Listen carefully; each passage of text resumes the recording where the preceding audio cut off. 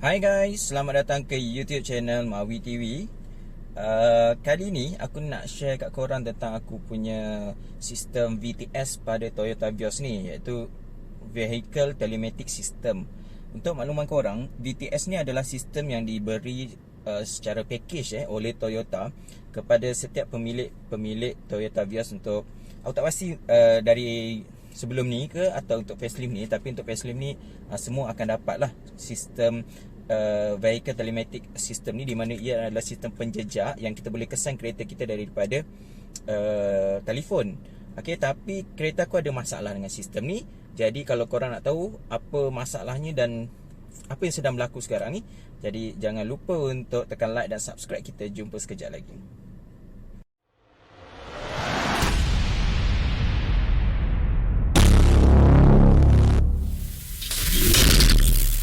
Okay, hi guys. Sebelum ni aku dah pernah buat video tentang VTS ni, tentang fungsinya lah. Sebab aku tak boleh nak buat tentang review penuh tentang VTS ni kerana aku punya sistem VTS ni ada masalah. Sebab dia punya location tu static dekat satu tempat dan dia tak berubah-ubah. Yang aku perasan dia hanya berubah adalah tiap kali aku hidupkan enjin, dalam sistem tu akan tulis lah, akan update lah bila kali terakhir aku start enjin, dalam situasi dalam keadaan apa kereta tu, dia bagi tahu, tapi lokasinya dia tak jejak. Okey, bila berlaku benda ni, sebenarnya ia berlaku masa aku servis 1000 km yang pertama. Okey, pada masa tu sebenarnya aku tengah tunggu kereta, tak siap-siap. Jadi aku tengoklah dalam VTS ni, dalam telefon aku dekat mana kereta aku dapati ianya berada di Plentong, Johor, sedangkan aku pada masa tu berada di Teberau. Jadi aku anggap macam okey, mungkin dia test lah kereta tu. Jadi bila aku tunggu kereta ni tak bergerak daripada tadi, bila kereta aku nak dapat, tiba-tiba dia datang, dah panggil, cakap kereta dah dapat, kereta dah boleh ambil, tapi sistem tu masih lagi tak menjadi. Sistem tu, kedudukan kereta aku masih lagi berada pada kedudukan yang di Plentong tu. Okey, dalam map ni sekarang, dalam video, dalam aku punya VTS tu masih lagi sampai hari ni pun. Jadi aku dah maklumkan kepada aku punya SA aku dah call VTS punya center dan diorang dah reset. Dia kata kalau 2 hari tak okey, kena hantar service center. Jadi bila dah reset tu tak berjaya juga, aku telah buat appointment di Toyota tadi, tadi petang lah, untuk setting balik benda ni. Jadi bila Toyota buat benda ni, dia dapati bahawa benda tu berfungsi, tak ada masalah. Okay, bila VTS ni tak ada masalah, dia kemudiannya bagi aku satu phone number. Dia kata cik kena telefon nombor ni untuk tanya tentang VTS ni. Okay, jadi aku pun berhubunglah dengan center untuk VTS punya sistem ni, dan diorang pun ambil maklumat aku dan diorang pun reset. Okay, reset aku punya VTS ni lah. Tapi sebelum dia reset tu, dia tanya aku lah beberapa perkara, dan bila dia tengok dalam sistem, dia dapati bahawa aku punya VTS ni hidup, berfungsi, tapi dia kata bila dia semak lagi sekali, dia kata masalah pada antena. Jadi dia kata dia akan reset lah, kod boleh reset software dan kemudiannya dia boleh berfungsi semula. Tapi sehingga tadi sebenarnya pukul 9, okay, aku pukul 6 aku dalam pukul 5 tu aku call dia. Okay, pukul 6 dia pukul 9 ni baru dia update kat aku. Dia kata kita dah monitor dah kereta encik ni, dapati bahawa dia punya sistem VTS memang ada masalah. Kemudian apa yang berlaku adalah pihak center daripada VTS ni, Encik Aminuddin, tak silap aku nama dia, servis dia baik, cara dia cakap pun agak baik, soft spoken. Jadi aku rasa selesa berhubung dengan dia. Terbaik servis VTS ni. Okay, aku rasa dia adalah vendor yang membekalkan VTS ni kepada Toyota lah. Okay, dia pula mencadangkan, cik, kereta cik ni memang VTS dia rosak ataupun tak boleh dibaiki dan dia minta ditukarkan, dia kata. Jadi dia minta aku berhubung dengan pihak Toyota balik untuk buat appointment semula. Jadi aku explain kat dia, okay, nampak macam benda ni macam ditolak-tolak lah. Pada mulanya aku dah reset. Bila aku reset, aku pergi tak boleh, aku pergi ke service center tadi. Bila aku pergi ke service center kata okey, dan dia kata pergi ke call VTS punya center pula. Bila VTS punya center pula, dia kata memang dah tak boleh. Dia suruh aku pergi ke Toyota buat appointment untuk tukar. Jadi aku tak cakap dia, okay, saya risau, saya nak cakap apa masa sampai ke Toyota ni. Okay, sebab aku nampak benda ni bila tukar, semua orang macam tak ambil tanggungjawab lah. Ini siapa yang nak tanggung sebenarnya?